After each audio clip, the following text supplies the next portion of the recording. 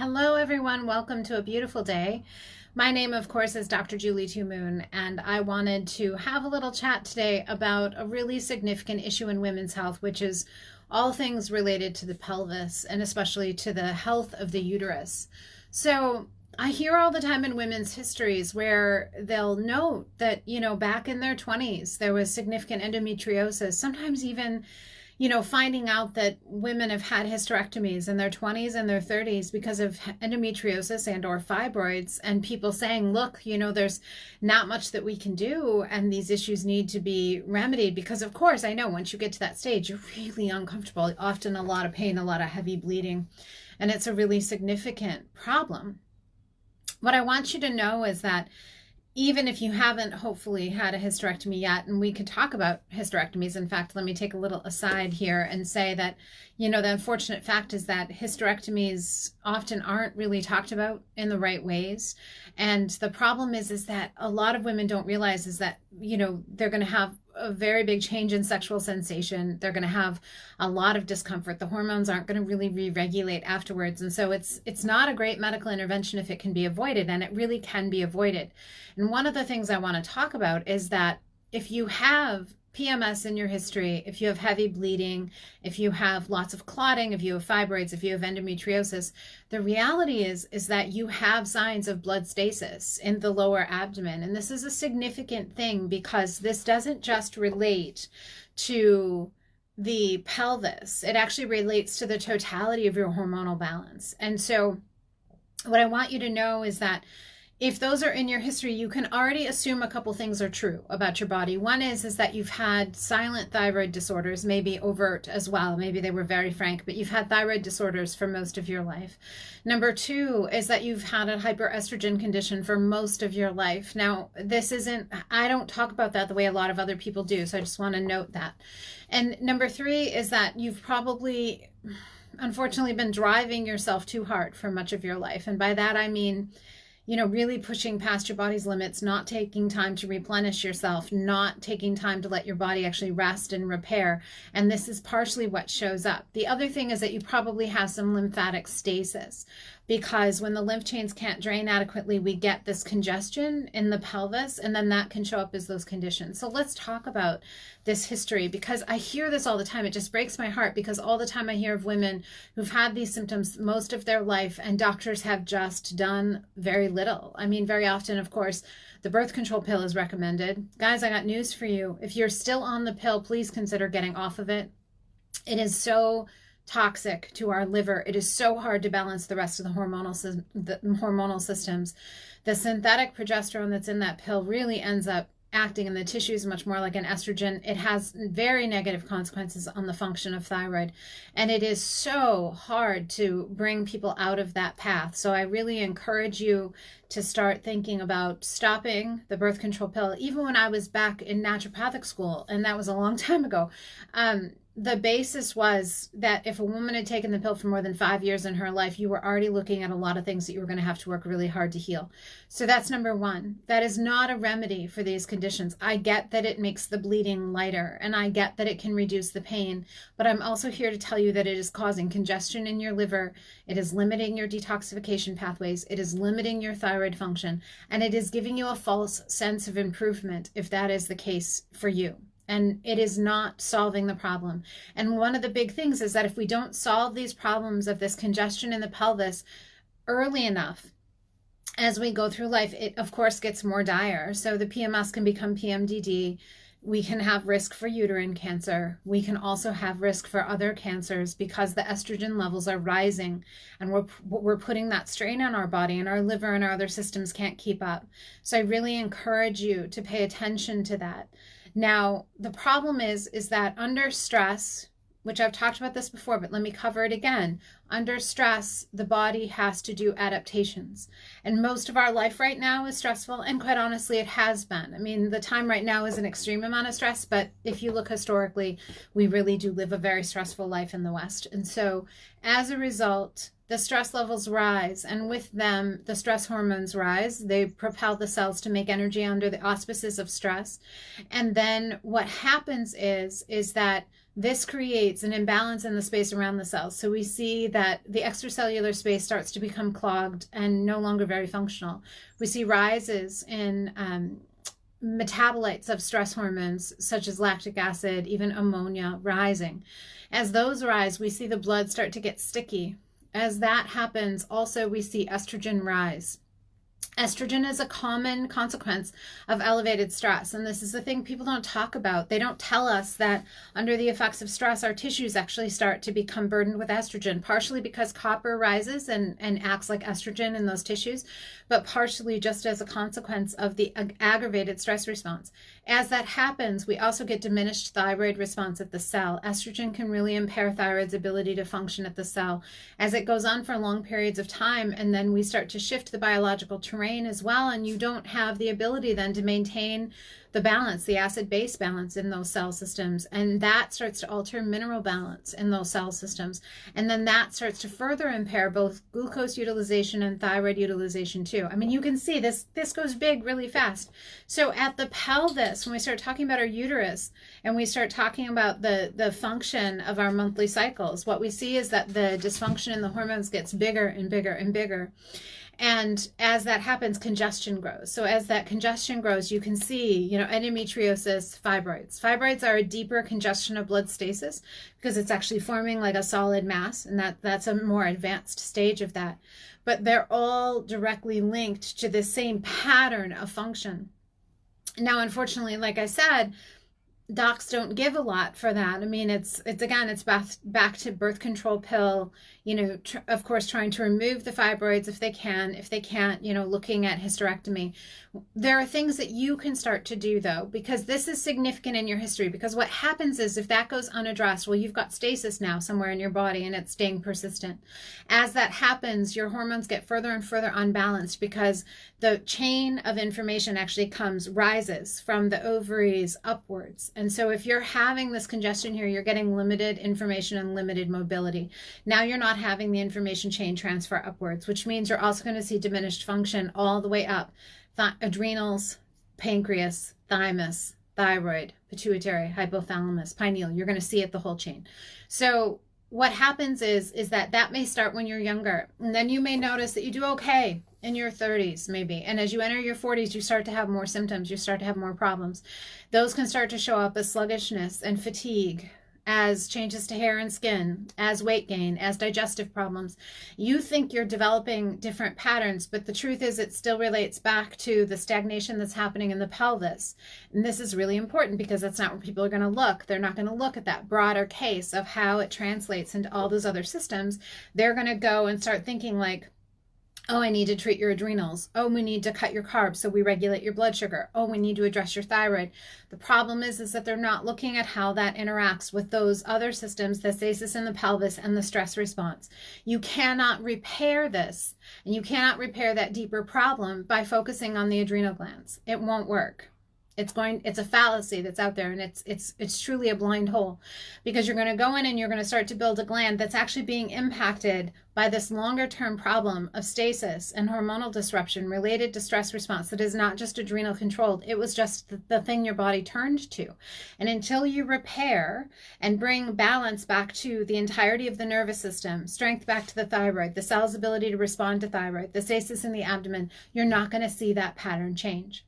So this is one thing I really want you to understand, because as women, it goes unnoticed. I'm telling you that every day I talk to women who've had these problems forever. You can see the pattern of stasis in the abdomen. And the problem is that the doctors have dismissed them. Oh, you're just being problematic. Oh, you're just depressed. Oh, you're just tired. Oh, you just need to lose some weight. It's the just list. And it's disgusting to me because these doctors are completely dismissing valid concerns, and they're not bothering to look for where is that root cause. And as a result, women every single year have hysterectomies that they didn't need to have. And this has huge impacts on their vitality, not to mention that it's literally, even in the Chinese medicine models, a sacred organ. All the organ systems meet up there. But what you can start to do is, number one, if you're on the pill, start to consider getting off the pill. The pill is not your friend. I know it's convenient. I know that we all love, especially if, you're in a committed relationship, to be able to have that ease with having enjoyment, having good sex. But you guys, it's not the best option. And really, you need to consider the impact that that's making and what it's doing to your liver and how hard it's going to make recovery as you go on. You also need to start making sure that you're eating enough. Dieting is one of the worst things that you can do for this particular problem. I know you don't want to hear that either. But the fact is that rigid control of food, rigid control of carbohydrates or whatever you're controlling, the fact is that that is going to create more problems because it creates more stasis. What happens to a body that doesn't get fed enough or the right balance for the constitution? It starts to slow down. It starts to, create workarounds. It has more challenge. This isn't your long-term solution. This is just more control that creates more stasis, that creates more stress, that raises more estrogen, that impacts the liver more, that creates more of these patterns. And so please, if you're dieting like in that restrictive way, I encourage you to stop and start to cultivate a relationship with your body, actually cultivating a relationship of trust and compassion and rest and gentleness and kindness. Have a conversation with your liver, have a conversation with your kidneys, heck, have a conversation with your uterus, start to really dive into some gratitude and express some connection and really foster that, because I'll tell you one thing, it matters. It's a big part of the healing process. The other thing is that you need to actually have downtime where you do nothing. It's another essential. If you want to learn how to turn off that stress response, you actually have to have time where you're not committed. That doesn't, we don't honor it. And I'm going to tell you that not ideally, always just time where you're watching TV or scrolling your phone. Please don't have it be time you're scrolling your phone, because most of the time that's not relaxing. That's not like building us back up. And that's not what you need. So you need actually downtime and preferably get in some nature. There are studies that show that impact cannot be replaced by much else. So get around big trees, put your feet on grass, go sit in a stream, if you live by the mountains, go hang out in the mountains, do something like that, because it does make a big difference. You also need to use the area. So this is probably not what you expect, but I really do encourage people that, to actually have either an active self-pleasure lifestyle or an active lifestyle with their partner, because it actually makes a big difference in the function of the area, bringing blood flow, bringing life force. You guys, in Chinese medicine, that is qi that can be harvested, that actually can nourish the kidneys if you are paying attention. So if you're going to do that, I encourage you to do so and then take a little bit of time afterwards and focus on your kidneys and the lower part of your abdomen, and think about storing that. Bringing that life force that you just generated and storing it, bring it back into your body, bring it up into the other glandular systems. It literally can feed that and is able to do some replenishing there. You also need to make sure that you're sleeping enough. If you're not sleeping enough, your body can't do repair. So if you're getting less than, quite honestly, you guys, if you're getting less than 8 hours of sleep a night, I can guarantee most of you are not doing necessary cellular repair.